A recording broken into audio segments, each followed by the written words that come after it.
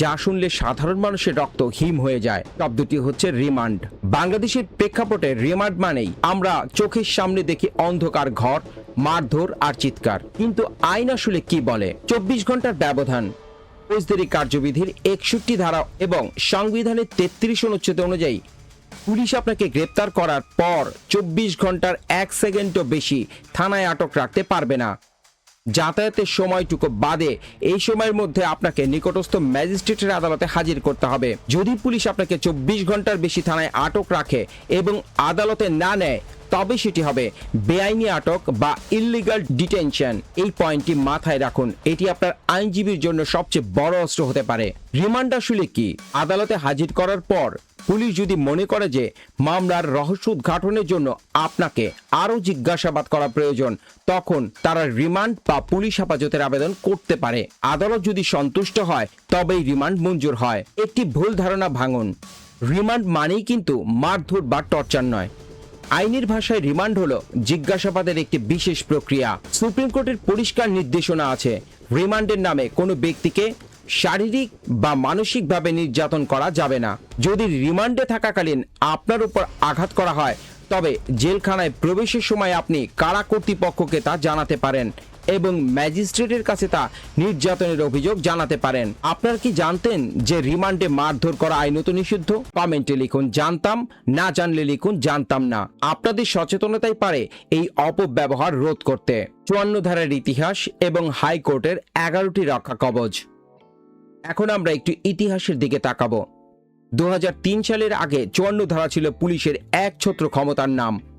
কিন্তু ব্লাস্ট বনাম রাষ্ট্র নামক একটি ঐতিহাসিক মামলায় বাংলাদেশের উচ্চ আদালত এক যুগান্তকারী রায় দেয়। আদালত বুঝতে পেরেছিলেন যে 54 ধারার অপব্যবহার সাধারণ মানুষের জীবনকে অতিষ্ঠ করে তুলেছে। হাইকোর্ট তখন পুলিশকে পালন করার জন্য 11টি সুনির্দিষ্ট নির্দেশনা দেন, যার মধ্যে প্রধান কয়েকটি হলো: সাদা পোশাকে গ্রেপ্তার নিষিদ্ধ, পুলিশ বা ডিবি পরিচয়ে কাউকে তুলে নিতে হলে অবশ্যই অফিসিয়াল ইউনিফর্মে থাকতে হবে, সিভিল ড্রেসে কাউকে গ্রেপ্তার করা বেআইনি, পরিচয়পত্র প্রদর্শন, গ্রেপ্তারের সময় পুলিশ অফিসার তার পরিচয়পত্র দেখাতে বাধ্য। আপনি চাইলে বিনীতভাবে বলতে পারেন, স্যার আপনার আইডি কার্ডটা কি দেখা যাবে? 3 ঘন্টার মধ্যে কারণ জানানো। আপনাকে থানায় নেওয়ার 3 ঘন্টার মধ্যে কেন আপনাকে আটক করা হয়েছে তার কারণ লিখিতভাবে জানাতে হবে। আত্মীয়কে জানানো। আটকের পরপরই পুলিশ আপনাকে আপনার কোনো নিকট আত্মীয়কে টেলিফোন বা মেসেজের মাধ্যমে আপনার অবস্থান জানাতে বাধ্য। এই নির্দেশনাগুলো কেবল কাগজের কথা নয়, এগুলো আপনার বাঁচার পথ। পুলিশ যদি এই নিয়মগুলো না মানে, তবে আপনি পরবর্তীতে উচ্চ আদালতে রিট করতে পারবেন এবং সংশ্লিষ্ট পুলিশ অফিসারের বিরুদ্ধে বিভাগীয় ব্যবস্থা নেওয়া সম্ভব। এই 11টি নির্দেশনার কথা কজন জানতেন? ভিডিওটি এখনই শেয়ার করুন, কারণ এই তথ্যগুলো আমাদের দেশের 95% মানুষ জানে না। আলোচনার এই পর্যায়ে আমি আপনাদের একটি কঠিন প্রশ্ন করতে চাই। আপনি কি জানেন আপনার এলাকার ওসির নাম কি, বা আপনার এলাকার বিট পুলিশ অফিসারের নাম্বার কি আপনার মোবাইল ফোনে সেভ করা আছে? অধিকাংশ মানুষ উত্তর দেবেন না। আমরা যখন বিপদে পড়ি তখন গুগল করতে থাকি বা পরিচিত কাউকে খুঁজি, কিন্তু সচেতনতা শুরু হয় প্রস্তুতি থেকে। আপনার জন্য আজকে 3টি কাজ বা হোমওয়ার্ক বলতে পারেন। প্রথমত, আপনার থানার ডিউটি অফিসারের নাম্বারটি ফোনে সেভ করে রাখুন। অন্তত একজন বিশ্বস্ত আইনজীবীর নাম্বার আপনার বা আপনার পরিবারের সবার কাছে ফোনে সেভ করে রাখুন।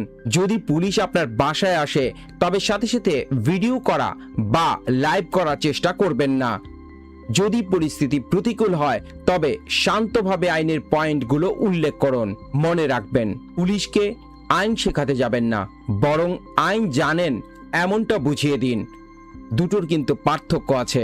আপনি যদি উদ্ধত আচরণ করেন, তবে তারা বিরক্ত হবে, কিন্তু আপনি যদি বিনীতভাবে বলেন যে, স্যার হাইকোর্টের ব্লাস্ট মামলার গাইডলাইন অনুযায়ী কি আমি আমার পরিবারকে একটা ফোন দিতে পারি, তখন তারা বুঝবে আপনি সচেতন নাগরিক। আপনারা কে কে আজ ওই থানার নাম্বার সেভ করবেন? কমেন্টে আই উইল লিখে প্রমিস করুন। সচেতন নাগরিক হওয়ার প্রথম ধাপ এটি।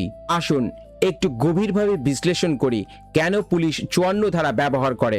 অনেক সময় দেখা যায় কোনো রাজনৈতিক অস্থিরতা বা বিশেষ অভিযানে পুলিশ পাইকারি হারে গ্রেপ্তার করে, কিন্তু আইন বলছে যৌক্তিক সন্দেহ ছাড়া গ্রেপ্তার করা যাবে না। এখন প্রশ্ন হলো, যৌক্তিক সন্দেহ কি? ধরুন গভীর রাতে কেউ একটি তালা ভাঙার সরঞ্জাম নিয়ে দোকানের সামনে দাঁড়িয়ে আছে, এটি যৌক্তিক সন্দেহ। কিন্তু কেউ অফিস শেষে ব্যাগ কাঁধে নিয়ে হাঁটছে, এটি কোনোভাবেই যৌক্তিক সন্দেহ হতে পারে না। আমরা যদি ব্যক্তিগতভাবে সচেতন না হই তবে আইনের অপব্যবহার চলতেই থাকবে। রাষ্ট্র আপনাকে অধিকার দিয়েছে, কিন্তু সেই অধিকার বুঝে নেওয়ার দায়িত্ব আপনার। 54 ধারার সংশোধন এবং বাস্তবায়নের জন্য আমাদের সবাইকে সোচ্চার হতে হবে।